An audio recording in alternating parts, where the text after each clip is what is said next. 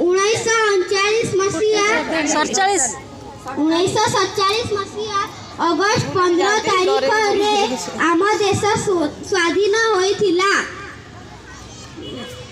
एही दिन आम देशर प्रत्येक लोक जातीय पताका तले छिड़ा होई जातीय संगीत गान करती ओ समस्ते आनंद सह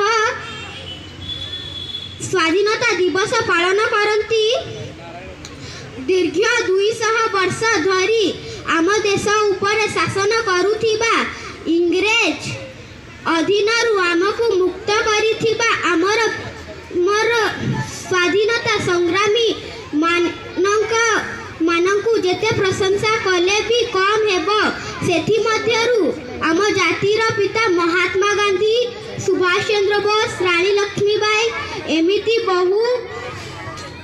बहु वीर माने रही छंती। हाँ एबे भल